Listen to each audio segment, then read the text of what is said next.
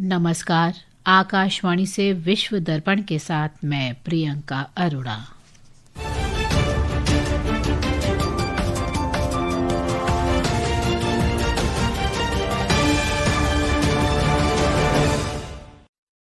मुख्य समाचार। प्रधानमंत्री नरेंद्र मोदी ने कुवैत, कतर और ओमान के नेताओं से बात की।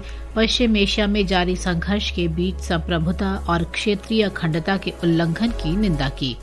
भारतीय विमानन कंपनियां फंसे यात्रियों की सुरक्षित वापसी के लिए भारत और खाड़ी क्षेत्र के बीच आज 58 उड़ानें संचालित करेंगी। अमेरिका और इसराइल की सेनाओं ने ईरान के परमाणु ठिकानों पर हमला किया। इसराइल ने लेबनान में हिजबुल्लाह के लगभग 60 ठिकानों को निशाना बनाया। पश्चिम एशिया में तनाव के बीच अमेरिका के टेक्सास, उत्तरी कैरोलिना और अरकानसास में प्राइमरी सहित मध्यावधि चुनाव शुरू। और आईसीसी टी20 क्रिकेट विश्व कप के पहले सेमीफाइनल में आज शाम कोलकाता में दक्षिण अफ्रीका और न्यूजीलैंड आमने सामने होंगे। अब समाचार विस्तार से। प्रधानमंत्री नरेंद्र मोदी ने कल कुवैत के युवराज शेख सबा अल खालिद अल हम्माद अल मुबारक अस सबा से टेलीफोन पर बात की। श्री मोदी ने इस दौरान कुवैत की संप्रभुता और क्षेत्रीय अखंडता के उल्लंघन की निंदा की। प्रधानमंत्री मोदी ने कहा कि भारत इस कठिन समय में कुवैत के लोगों के साथ है। श्री मोदी ने सोशल मीडिया पोस्ट में कुवैत में भारतीय समुदाय की सुरक्षा के लिए कुवैत के नेतृत्व के निरंतर समर्थन की प्रशंसा की। प्रधानमंत्री ने कतर के अमीर शेख तमीम बिन हम्माद अस सानी से बातचीत में कतर के साथ एकजुटता व्यक्त की। प्रधानमंत्री ने ओमान के सुल्तान हैसम बिन तारिक से भी बातचीत की और पश्चिम एशिया में हाल के घटनाक्रमों पर विचार विमर्श किया। प्रधानमंत्री मोदी ने भारतीय समुदाय को ओमान के निरंतर समर्थन की सराहना की। पश्चिम एशिया में जारी संघर्ष के कारण फंसे यात्रियों की आवाजाही सुनिश्चित करने के लिए भारतीय विमानन कंपनियों की आज 58 उड़ानें संचालित करने की योजना है। नागर विमानन मंत्रालय ने बताया है कि इनमें इंडिगो की 30 और एयर इंडिया तथा एयर इंडिया एक्सप्रेस की 23 उड़ानें शामिल हैं। मौजूदा स्थिति के कारण भारतीय एयरलाइंस की 1221 और विदेशी एयरलाइंस की 388 उड़ानें रद्द हो चुकी हैं।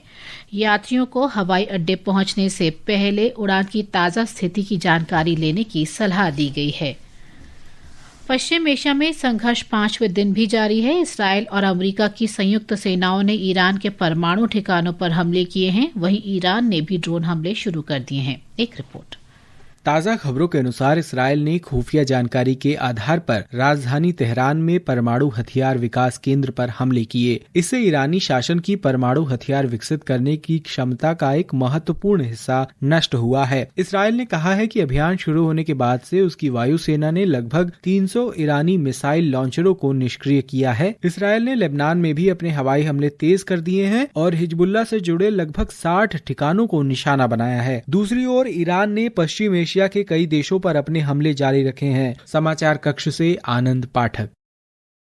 इस बीच भारत ने पश्चिम एशियाई क्षेत्र में जारी संघर्ष का समाधान संवाद और कूटनीति से करने का आह्वान किया है। विदेश मंत्रालय के प्रवक्ता रणधीर जायसवाल ने कहा है कि भारत इस संघर्ष को शीघ्र समाप्त किए जाने के पक्ष में है। संघर्ष के कारण अंतर्राष्ट्रीय बाजार में गैस की कीमतों में उछाल आया है। वैश्विक शेयर बाजारों में भी गिरावट आई है। ब्रिटेन में कल गैस की कीमत 3 वर्ष के उच्चतम स्तर पर पहुंच गई। वहीं ब्रेंट क्रूड ऑयल बेंचमार्क जुलाई 2024 के बाद पहली बार संक्षेप में $85 प्रति बैरल से ऊपर पहुंच गया।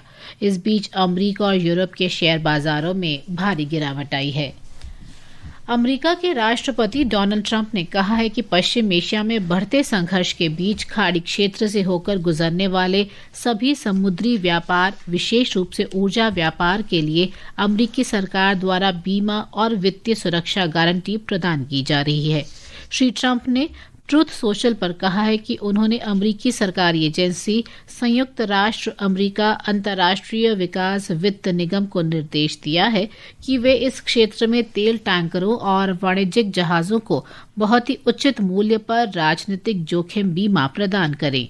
श्री ट्रंप ने ये भी कहा है कि यदि आवश्यकता पड़ी तो अमेरिकी नौसेना शीघ्र होर्मुज जलडमरू मध्य से टैंकरों को एस्कॉर्ट प्रदान करना शुरू कर देगी। ईरान द्वारा 5 जहाजों पर हमले के बाद कल चौथे दिन भी होर्मुज जलडमरू मध्य बंद रहा। इससे एक महत्वपूर्ण समुद्री मार्ग अवरुद्ध हो गया। फारस की खाड़ी में स्थित समुद्र का ये संकरा हिस्सा वैश्विक व्यापार के लिए महत्वपूर्ण है। श्रीलंका के राष्ट्रपति अनुरा कुमारा दिसानायके ने खाड़ी क्षेत्र में व्याप्त संघर्ष के शीघ्र और शांतिपूर्ण समाधान का आह्वान किया है। उन्होंने कहा है कि लंबे समय तक चलने वाली शत्रुता से श्रीलंका सहित वैश्विक तथा क्षेत्रीय अर्थव्यवस्थाओं को नुकसान होगा।